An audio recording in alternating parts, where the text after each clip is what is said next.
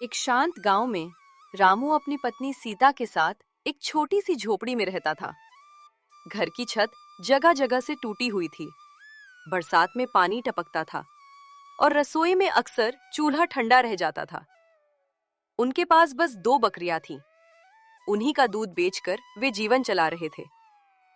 एक सुबह सीता खाली अनाज के डिब्बे को देख रही थी। रामू, बस मुट्ठी भर आटा बचा है। मैं सोचती हूँ कब तक हम ऐसे ही संघर्ष करते रहेंगे। तुम्हारे हाथों में छाले पड़ गए हैं, फिर भी हमारी हालत नहीं बदल रही। कभी कभी डर लगता है, अगर भगवान ने हमारी परीक्षा और लंबी कर दी तो। सीता, हिम्मत मत हारो। अंधेरी रात के बाद ही तो सुबह होती है। मैं आज जंगल थोड़ा अंदर तक जाऊंगा। शायद ज्यादा चारा मिले और बकरियां ज्यादा दूध दे। देखना, एक दिन हमारी झोपड़ी भी खुशियों से भर जाएगी। मैं गरीब जरूर हूँ रामू, लेकिन तुम्हारे साथ हूँ, इसलिए खुद को सबसे अमीर समझती हूँ। रामू दरांती उठाकर जंगल की ओर चल पड़ा, बिना जाने कि आज उसकी किस्मत बदलने वाली है। जंगल के किनारे एक विशाल पीपल का पेड़ था। उस पर एक जादुई तोता बैठा कई दिनों से रामू को देख रहा था। ये आदमी अलग है, न किसी से ईर्ष्या न शिकायत। इतनी गरीबी में भी इसके चेहरे पर शांति है। ऐसे इंसान बहुत कम होते हैं।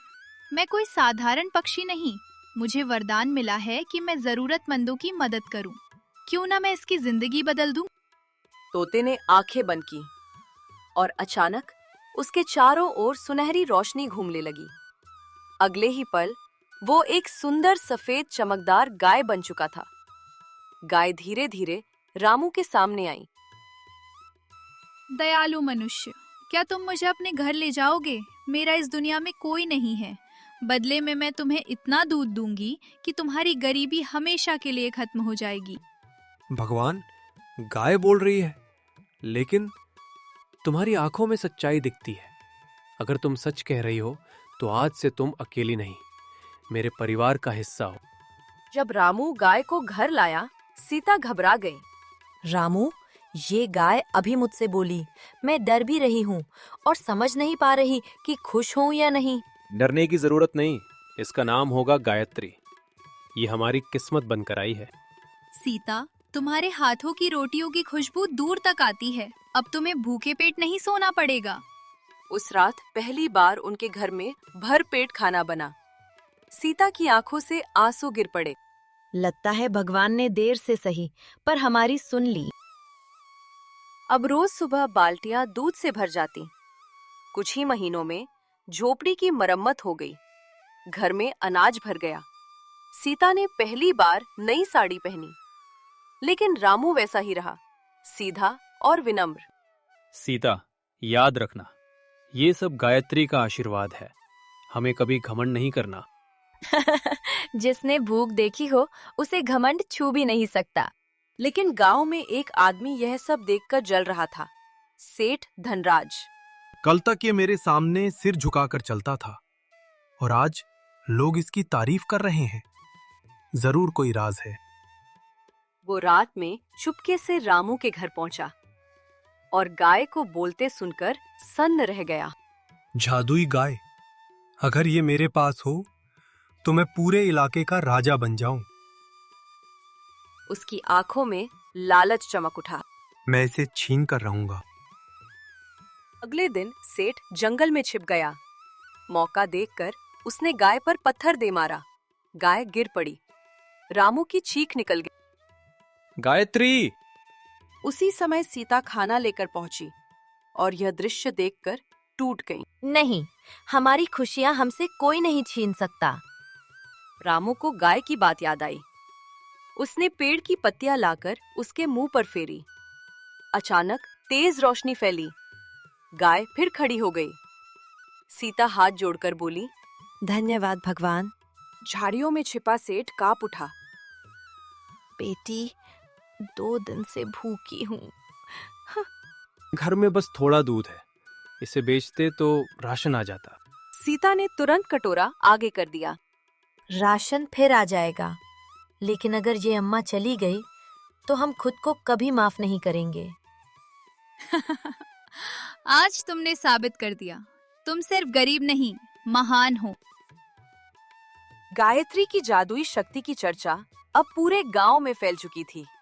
लोग दूर दूर से रामू के घर के पास से गुजरते और आपस में फुसफुसाते। कहते हैं ये गाय साधारण नहीं, भगवान का रूप है। जब ये बात गांव के मुखिया तक पहुंची तो उसके मन में लालच जाग उठा। वो सोचने लगा, अगर ये गाय मेरे पास आ जाए तो मुझे कभी मेहनत नहीं करनी पड़ेगी। पूरे इलाके में मेरी ताकत और बढ़ जाएगी। धन ही धन होगा और लोग मेरा नाम सुनकर सिर झुकाएंगे। अगली सुबह वो रामू के घर पहुंचा। उसके चेहरे पर बनावटी मुस्कान थी, लेकिन आंखों में साफ लालच झलक रहा था। रामू और सीता ने उसका सम्मान से स्वागत किया। आइए मुखिया जी, हमारे छोटे से घर में आपका स्वागत है। बताइए आज कैसे आना हुआ? मुखिया की नजर बार बार गायत्री पर जा रही थी। वह उसके चारों ओर घूमकर उसे ध्यान से देखने लगा, जैसे कोई कीमती सामान परख। देखो रामू, मैं सीधी बात करता हूँ। ये गाय मुझे दे दो, बदले में जितना धन मांगोगे उतना दूंगा। सोने के सिक्के, बड़ा पक्का घर, खेत। तुम्हें फिर कभी गरीबी का मुंह नहीं देखना पड़ेगा। मुखिया जी, धन बहुत बड़ी चीज जरूर होता है, लेकिन हर चीज धन से नहीं खरीदी जा सकती। ये गाय हमारे लिए सिर्फ जानवर नहीं, हमारे परिवार की सदस्य है। इसने हमारे सबसे बुरे दिनों में हमारा साथ दिया है। हम इसे किसी भी कीमत पर नहीं दे सकते। मुखिया की मुस्कान गायब हो गई। उसे पहली बार किसी गरीब ने इतनी साफ मना किया था। सोच लो सीता, ऐसा मौका बार बार नहीं मिलता। मेरी बात ठुकराकर तुम गलती कर रही हो। माफ कीजिए मुखिया जी, लेकिन हमारा फैसला नहीं बदलेगा।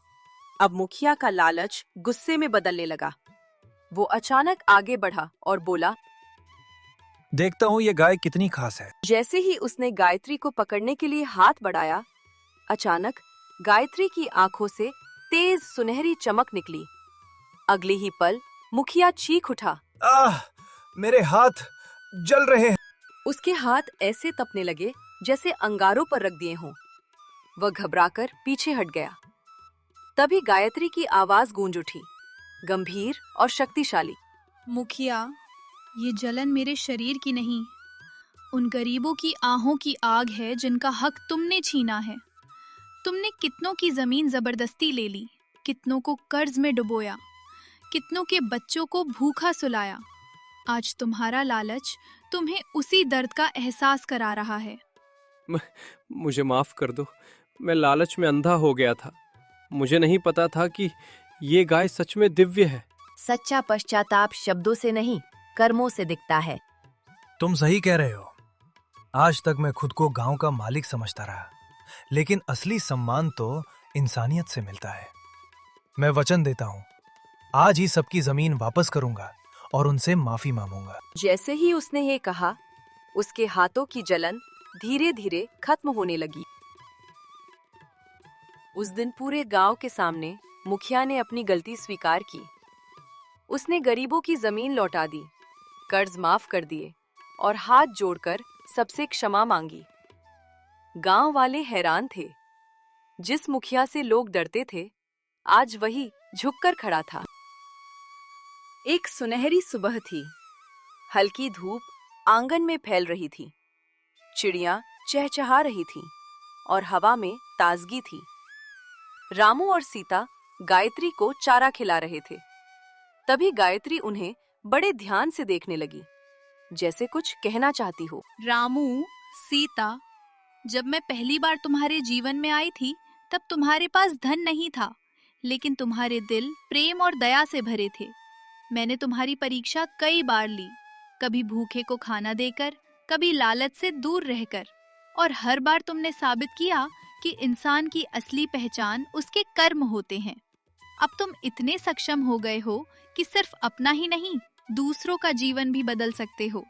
इसलिए अब समय आ गया है कि मैं आगे बढ़ूं और किसी दूसरे जरूरतमंद की मदद करूं।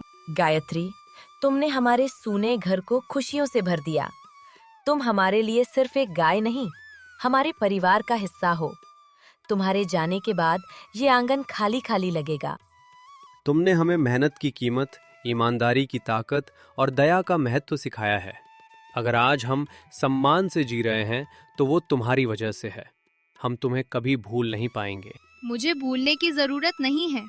जब भी तुम किसी दुखी की मदद करोगे, समझ लेना मैं वहीं हूँ। याद रखना, असली जादू किसी शक्ति में नहीं, बल्कि एक अच्छे दिल में होता है।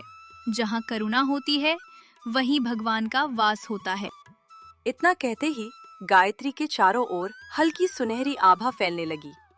रामू और सीता आश्चर्य से उसे देखते रह गए।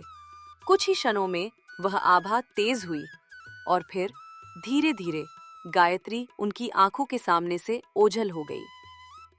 रामू, आज मुझे एहसास हुआ कि हम कभी सच में गरीब थे ही नहीं, क्योंकि हमारे पास हमेशा एक दूसरे का साथ था। हाँ सीता, धन से सिर्फ जरूरतें पूरी होती हैं, लेकिन प्रेम से जिंदगी संवरती है। चलो, आज से हम भी वही करेंगे जो गायत्री ने हमें सिखाया। दूसरों के जीवन में खुशियां बांटेंगे। उस दिन से रामू और सीता जरूरतमंदों की मदद करने लगे। पूरे गांव में उनकी इज्जत होने लगी और उनका घर हमेशा हंसी और संतोष से भरा रहने लगा।